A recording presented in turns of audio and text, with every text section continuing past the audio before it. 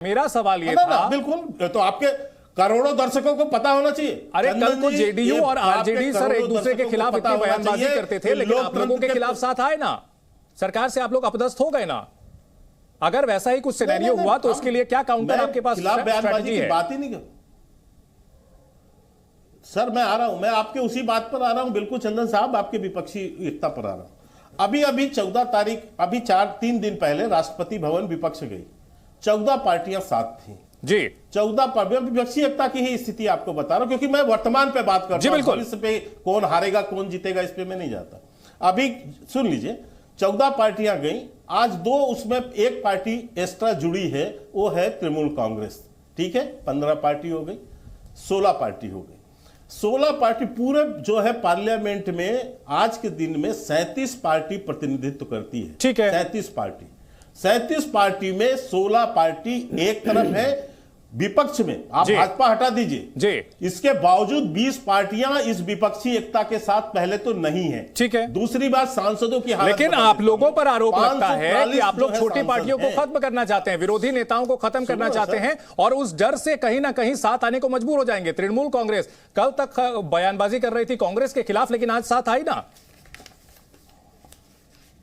आपने खुद ही कहा कि तृणमूल कांग्रेस के साथ जुड़ी ना। कह रहा हूं ना, सब साथ आके लड़े ना। मैंने तो उदाहरण दिया सर, 2019 में जेडीयू आपके साथ लड़ी थी, अलग हो चुकी। शिवसेना आपके साथ लड़ी थी, उद्धव ठाकरे साथ हुआ करते थे, अलग हो चुके। तो कहीं ना कहीं खतरे की घंटी है। तो क्या फर्क पड़ा चंदन जी?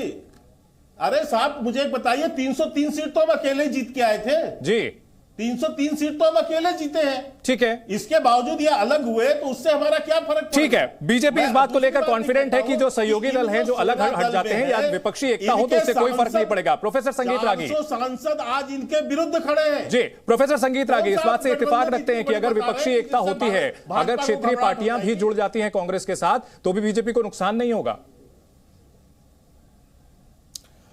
देखिए, सबसे पहली बात तो जितनी भी विपक्षी पार्टियां हैं वो कह रही हैं लोकतंत्र के नाम पर और भ्रष्टाचार, गरीबी, मुझे लगता है कि इनमें से किसी का ट्रैक रिकॉर्ड जो है वो लोकतंत्र के लिए नहीं है अच्छा।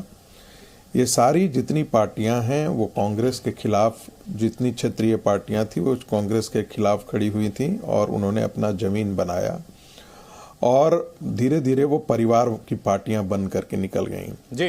अब है कि उनको, वो कभी नहीं चाहेंगे कि कांग्रेस इसका नेतृत्व करे और न कभी वो नहीं चाहेंगे। आप अखिलेश यादव की आप बयान से आप देखिए, उन्होंने अद्भुत बात कही। उन्होंने कहा कि कांग्रेस को चाहिए कि क्षेत्रीय दलों को क्षेत्र में नेतृत्व दे। या कांग्रेस ने यही काम भारतीय जनता पार्टी को हराने के लिए किया जी, और धीरे धीरे कांग्रेस वो सारी जमीन खोती गई जो क्षेत्रीय पार्टियों ने उससे हथिया लिया। कांग्रेस आज वहीं पर खड़ी है जहां भारतीय जनता पार्टी के साथ उसका सीधा टक्कर है जी। जहां भी क्षेत्रीय दलों से साथ उसका टक्कर है वहां कांग्रेस हार जाती है। हाल का हिस्सा। लेकिन संगीत रागी जी, आपने ठीक है, बहुत प्रैक्टिकल बातें आप कह रहे हैं, लेकिन 1977 में, 1989 में, 1996 में और 2004 में भारतीय लोकतंत्र में ये बेमेल गठजोड़ देखने को मिले हैं, जब अलग अलग विचारधारा वाली पार्टियां एक साथ आई हैं किसी एक साझा दुश्मन के खिलाफ। तो बीजेपी यहां फिलहाल उस पोल पोजीशन में दिख रही है जिनके खिलाफ जो है सभी पार्टियां एक साथ आने की तैयारी कर सकती हैं। देखिए आपने बहुत अच्छा सवाल किया है। 1977 में जयप्रकाश नारायण जैसा एक व्यक्तित्व था जिसके इर्द गिर्द उनकी छवि बेदाग थी और उनके इर्द गिर्द सारी पार्टियां लेफ्ट और राइट दोनों आकर के खड़ी हो गई थी।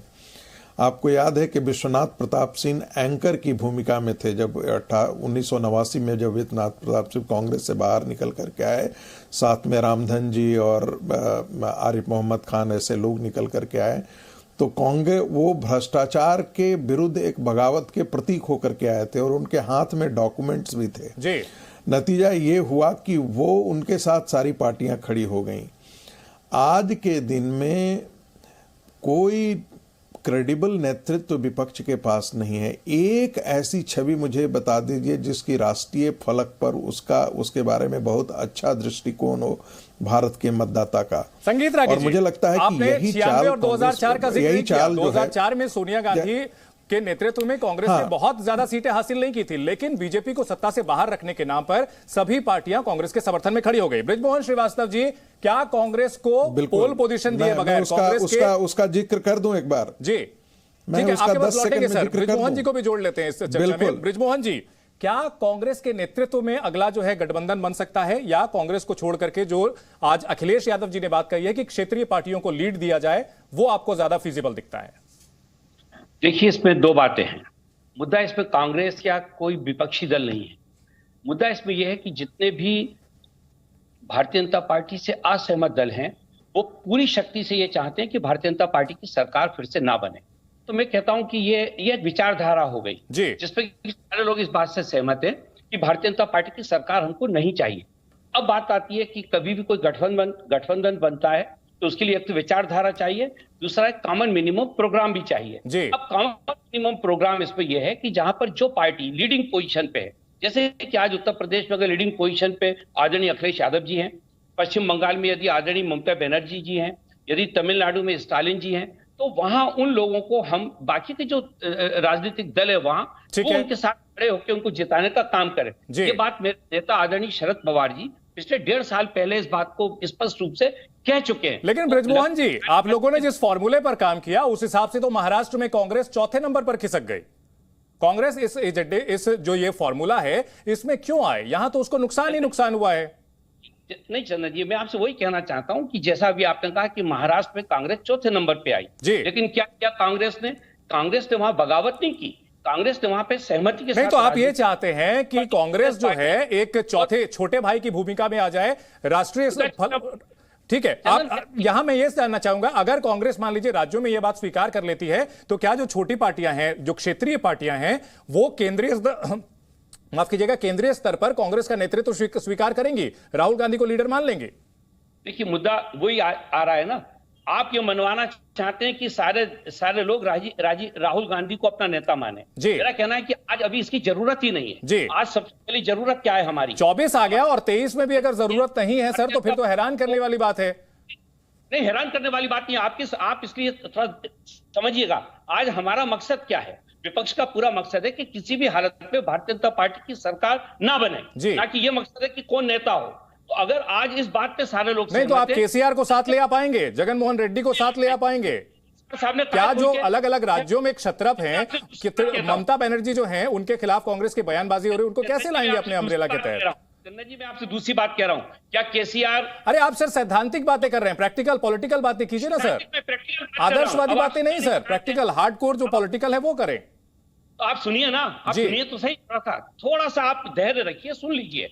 क्या केसीआर नरेंद्र मोदी जी को मुख्यमंत्री प्रधानमंत्री मानने को तैयार हैं? क्या ममता बनर्जी मानने को तैयार हैं?